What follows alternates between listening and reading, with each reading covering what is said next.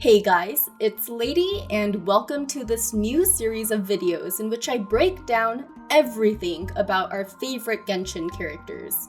From stories unlocked via raising companionship levels, to voice lines said by other characters, to appearances and story quests, and so on. In other words, whether you don't have a specific character, can't be bothered to raise their companionship levels, just need a refresher, or want the basic TLDR of a character's text, then this ultimate lore guide is for you. So for this first video, I thought it was only fitting that we go with the first character, aside from Paimon, that we meet in the game. Our favorite pyro archer from Mondstadt, Outrider Amber. Let's begin by going over the lore in her character stories we unlock via friendship leveling. I just think this info will provide better context to Amber's actions during her actual appearances in-game that we'll discuss later. So with that said, probably the most notable thing about Amber is that she's an outrider. There are traces of her all throughout Mondstadt's wilderness, and no suspicious individual can escape her interrogations. But what exactly is an outrider? And how did they get started? Well, it's quite the interesting backstory really, as we learn in Story 2 that the group was founded by Amber's grandfather, a former leader of a mercenary group hailing from Liyue. During an escort mission, they encountered a particularly savage monster attack. Ultimately, they failed to protect the caravan, and in fact, Amber's grandpa was the lone survivor. But a doctor from the Knights of Favonius saved his life, and so, wanting to repay the debt and also being too ashamed to return to Liyue, Amber's grandpa joined the Knights of Favonius.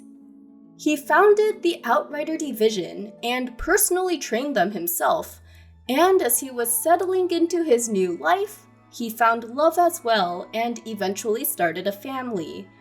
This land of wind and freedom accepted him and became his homeland, so he swore to watch over and protect it.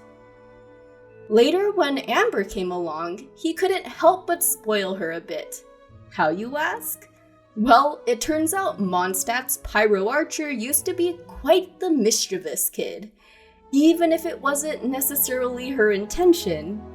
You see, she's always been her energetic self, and that energy caused a lot of trouble for many hunter camps while she was still growing up. Yet somehow, she always managed to escape the crime scene, evading even the most veteran outriders. Because it turns out he always did damage control for his granddaughter. Little did he know, a young Amber used to crouch by the window all the time and watch him train his recruits, later sneaking into the yard to practice. He was overjoyed by his granddaughter's enthusiasm when he eventually discovered this, and that's when he decided he would teach her everything he knew. But one day, 4 years prior to the beginning of the game, he disappeared without a word to anyone. He just left his coat of arms and sword in his office and vanished. Amber had only just been admitted into the Outriders at the time, so not only was his disappearance heartbreaking, but the downfall of the division he founded. You see, the Outriders quickly became undisciplined and began botching operations. Meanwhile, rumors of her grandfather's defection only added fuel to these problems. The more experienced members resigned or transferred to a different branch, and at the end of it all, the Outriders were preserved as part of the Knights organization in name only. This period of time really was a downer for Amber. She would no longer be the naive young girl who always caused trouble, but instead, she wished to show everyone what she inherited from her grandfather, and had every intention to find where he'd gone. Though most of all, she wanted to protect Mondstadt, her home. Establishing herself in the Knights wasn't easy at first though. Her seniors doted on her since she had just lost her grandpa, plus she was also so young.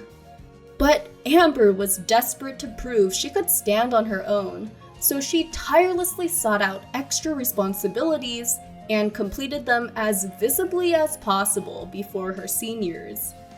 And at last, one day, her remarkable bravery and resourcefulness during a fierce monster engagement made Amber's seniors realize she really was growing up. But most importantly, she displayed great humility while still possessing an unshakable self-confidence. She may be Mondstadt's one and only outrider left, but that makes her the best one. Now this brings us to how exactly she obtained her vision. Amber floundered for a bit in the early days of her grandfather's disappearance, but one day she came across an old fable, one that she'd truly come to treasure. I'll elaborate a bit more on this tale when we get to her story quest section, but the main lesson she took away is summarized as such. What you lacked was not wind. It's courage that's allowed you to become the first flying birds of this world. Amber herself realized that she'd have to forge her own path. She shouldn't wait for directions from someone else, but be like those first birds. So once she got it in her head that there must be something only she herself was capable of, that's when her vision appeared, shining brightly right at her hip. So now I think it's a good time to move on to Amber's appearances in the actual game, starting with a recap of her role in the main Archon quest in Mondstadt. So as Aether and Paimon are nearing the vicinity of the city, Amber spots them from afar and orders them to stop right where they are. She catches up in no time and we see she's still quite friendly, even if she's technically interrogating us on what exactly is our business here. And with that, she joins the party as our very first bow character. I'm sure most of us remember her fondly, even with her lackluster gameplay, since she is the one who lit all those early pyro torches after all. But yeah, so while escorting the traveler to the city, she learns that he's looking for his lost sibling. Here's when Amber's kindness really shows when she promises to put missing person posters up around town after she's finished her other duties. And the posters that can be found in Mondstadt after finishing the Archon quest shows that Amber stays true to her word, though the locations are just a bit obscure. But I guess they made sense to the gliding champion of Mondstadt. But anyway, back to the Archon quest, Amber takes us to the highest vantage point in the city and gifts Aether his very own wind glider.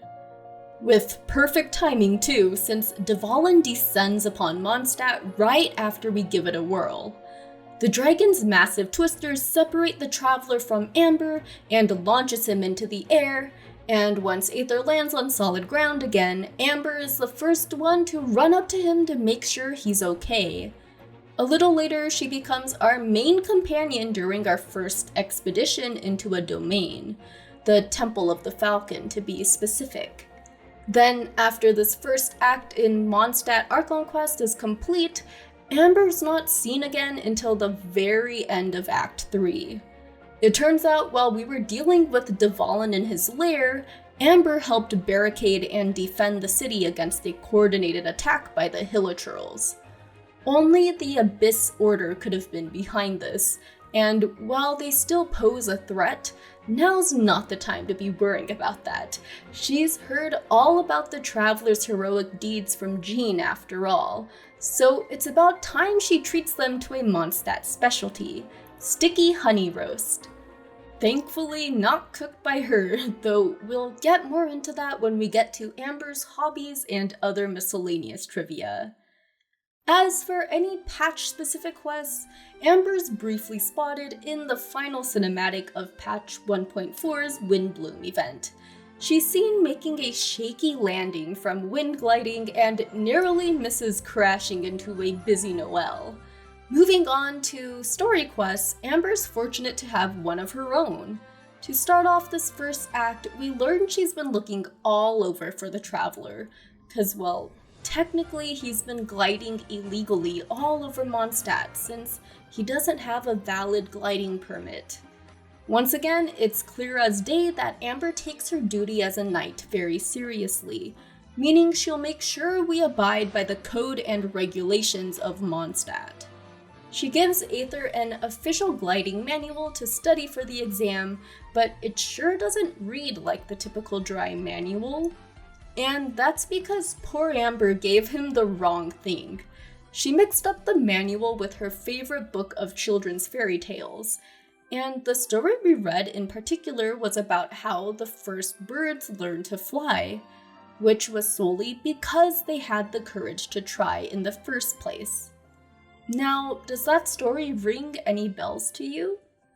But back to Amber, she's a bit embarrassed since it is a children's tale, but she wholeheartedly believes its lesson is what taught her how to glide so well.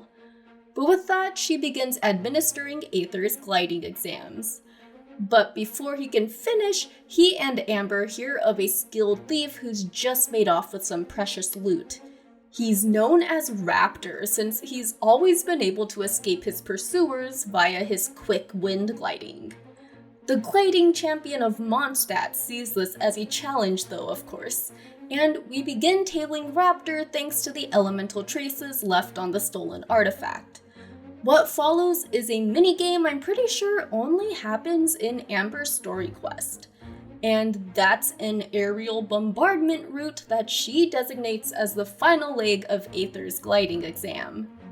The Traveler passes with flying colors, though the difficulty is cranked up a notch once they reach the end of the caves.